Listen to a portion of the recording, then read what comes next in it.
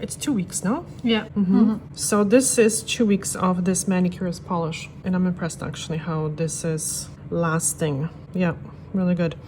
Now the question is, so this client has very strong nails. And sometimes it's not the best test to basically test something on like the best case scenario. So I've tried it now on someone else that has flexible nails. And during our live, I was asking people what they want to see next. And we're going to try this one, the Revlon Ultra HD Snap. All right, so we're gonna remove this with the pure acetone. I usually tear these pieces like this. Actually, I divide it into two.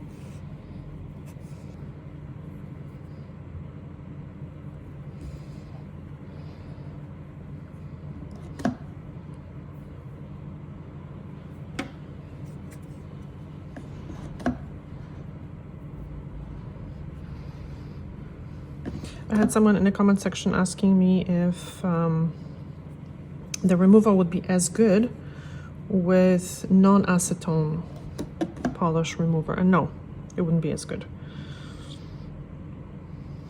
The key is to use pure acetone.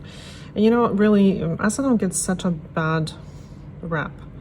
It's not the acetone that actually damages the nail. Because what you can do is you can try, and if you're not wearing nail polish, wipe your nails with acetone once every 2 weeks and you're not gonna see damage. Once a week, you're not gonna see damage. Yes, maybe if you like were soaking your hands in acetone every day for an hour, then yes, it would dry out the skin, probably the nails. I would not recommend it, but it's not going to cause surface damage to the nail. So, unfortunately, the damage, the white spots get blamed on acetone, which is silly. And I even see dermatologists say that they're like, oh, it's from the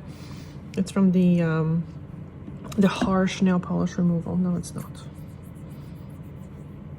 I actually did a video of this experiment that I did a while ago, and I had a client, it was back in Canada, a client who agreed to wear nail polish just on one foot and then no nail polish on the other foot.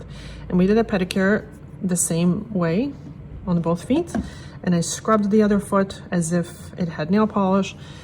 And I think we did that for like 4 months. And after like, I think already 3 months, you could see that there was some surface damage on the foot that was wearing nail polish. And there was absolutely no surface damage on the nail that didn't have any nail polish. So how do you explain that? How do you blame this on acetone? It's simply not fair. But, I mean, it's the easiest kind of thing to blame, right? Because who's gonna lose sales when the acetone does not sell really well? Nobody. But nail polish companies never will admit to it. And again, I'm not discouraging nail polish, but let's just call the spade spade. Like, it is what it is. Just for some people, they, in that case, they have to use it in moderation, and that's it. It's just like desserts, I always say. It's like a dessert. For some people, they can have it more often. Some people might not be able to have it as often. I'm not saying not to wear nail polish if someone wants it, but let's just not think that it's really beneficial for the nails. That's it. Because sometimes people have damaged nails and then they are polishing them thinking that's going to help, and they're polishing even more, you know, thicker coats, whatever, more often, and it's obviously not helping.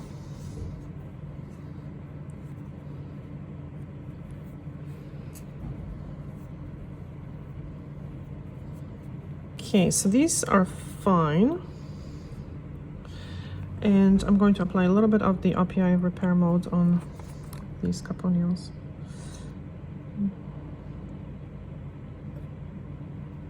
Oh, let's just do them all. Okay, just on the ends. This client was wearing shellac for a while, and that's what happens. A little bit of surface damage sometimes after shellac. And I find it happens a little bit more often when the shellac is worn like for a long period of time, then it's more difficult to get it off. Although I do try to remove it very gently, but I think the wear, maybe the product becomes less flexible or something, I don't know. But that just happens sometimes, a little bit of surface damage. So sometimes actually giving the nails a break a little bit is not a bad idea. And it's not for breathing, because the nails don't breathe. It's just for the nails to be able to absorb a little bit of the oil.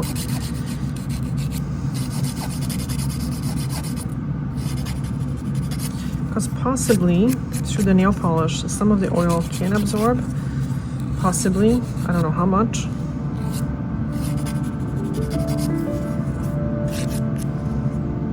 And to what degree.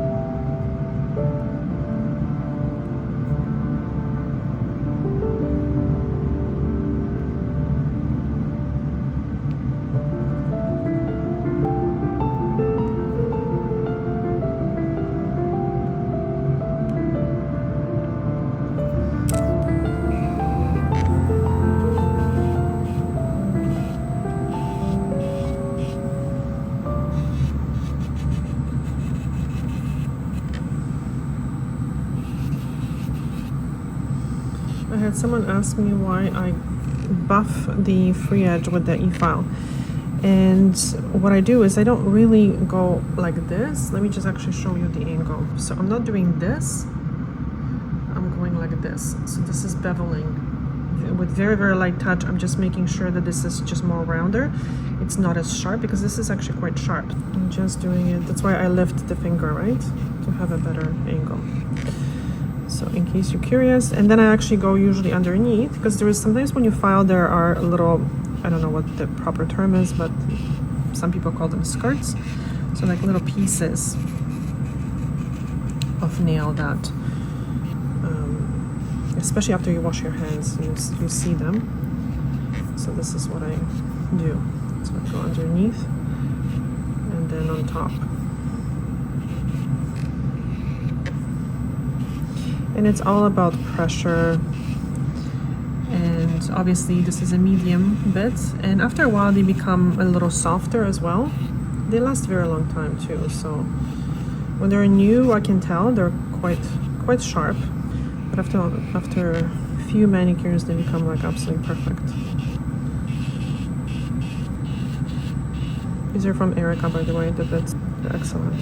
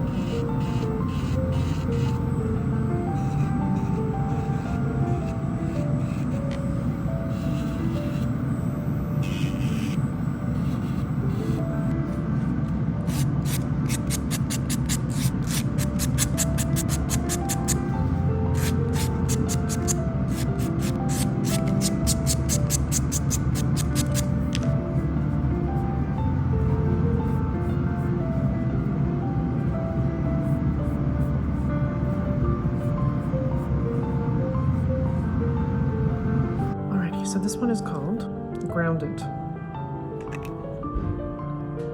I've never used it. So this polish, this particular line, because it's not even brand, because Revlon is a huge brand, they have different polishes. By the way, Revlon owns CND, I think. But anyway, so this particular line is designed to be used without base coat and without top coat, and it's designed to be used in one coat. I find it difficult to apply it with a good coverage in one coat, because I like to use thinner coats, because when I use thinner coats I have a way better control of the nail polish. So as you can see, small amount on the brush. The caps are a little weird, not the most comfortable, but the brushes are fantastic. The formula is really good as well.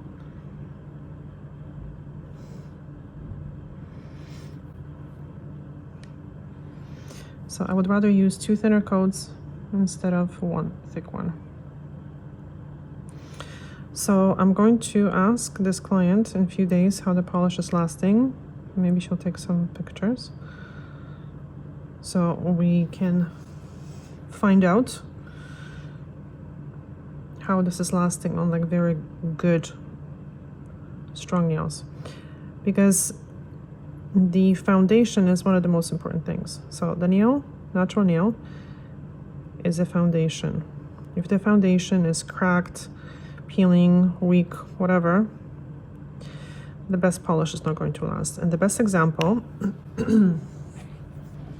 is that, for example, if someone is painting their nails and the polish never stays on them, and they use the same polish on their toenails and it's lasting a month. So there is nothing really wrong with the nail polish. Sometimes the issue is the foundation. So this is why these companies, they say that something lasts up to something, because it really depends. In the best case scenario, it lasts, you know, let's say up to 2 weeks, something like shellac or something. But it's not guaranteed that for everyone it's going to last 2 weeks.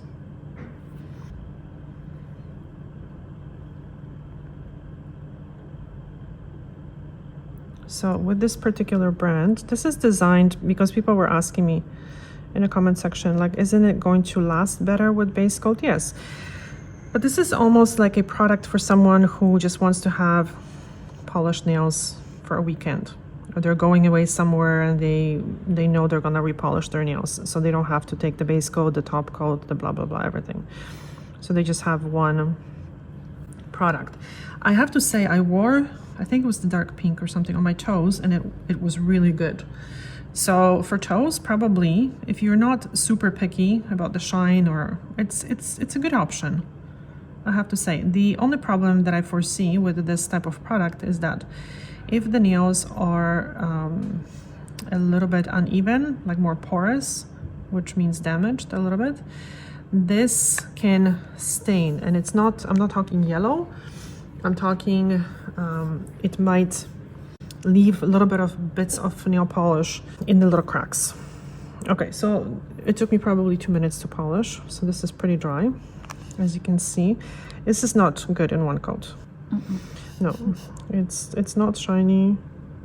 Mind you, I applied very thin coat. And this coat, I can apply a little bit thicker. We'll see once it dries how it looks.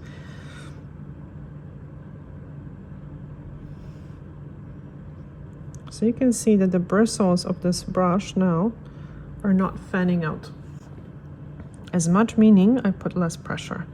And I'm grabbing a little bit more nail polish, but not a huge amount either, because I still want to have a control.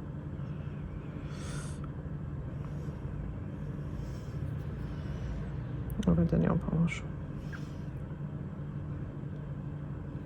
And the thing is, if you are doing this at home, then yeah, give the nails, I don't know, 10 minutes or something in between the coats. The second coat is going to dry so much better if the first one is completely dry as well.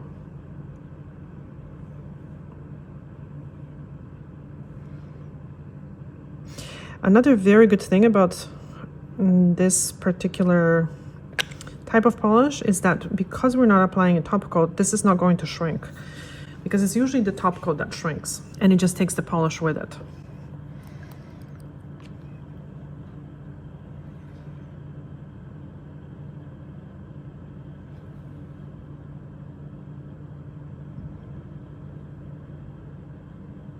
Revlon also has a line called Gel Envy, and that polish also have a wonderful brush, and it has a better lid, actually, better cap or whatever. But that one requires a top coat, so it's like a two-step. It's you can put it over a natural nail without a base coat, but then you need a top coat. Maybe I should try that one day. It's like Vinyl-X. Vinyl-X also, so the C&D Vinyl-X, you can put it on the natural nail without base coat, and then you would apply a top coat. So I'm going to just clean up the edges. I'm not sure if I really need to. I did such a good job. Wow. Yeah. Mm-hmm.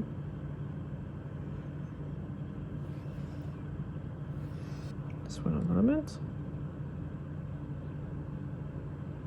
By the way, you can do this with a stick as well. I mean, these brushes, they're old. I've had them for years. But you can actually do the same thing with like a orange wood stick that's dipped in acetone. And you can do that as well. I mean, I'm more comfortable using the brush, but you can also do it if you don't have a brush. That's the second best idea. Okay, I'm gonna time this. I'm gonna give it 5 minutes and then put like the quick dry drops or something. So I'm very curious how long this is going to last.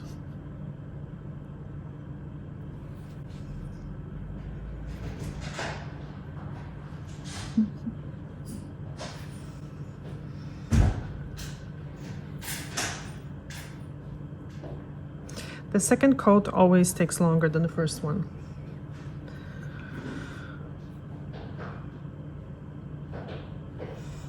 So we're gonna give it 5 minutes and then apply the quick drying drops for manicurists.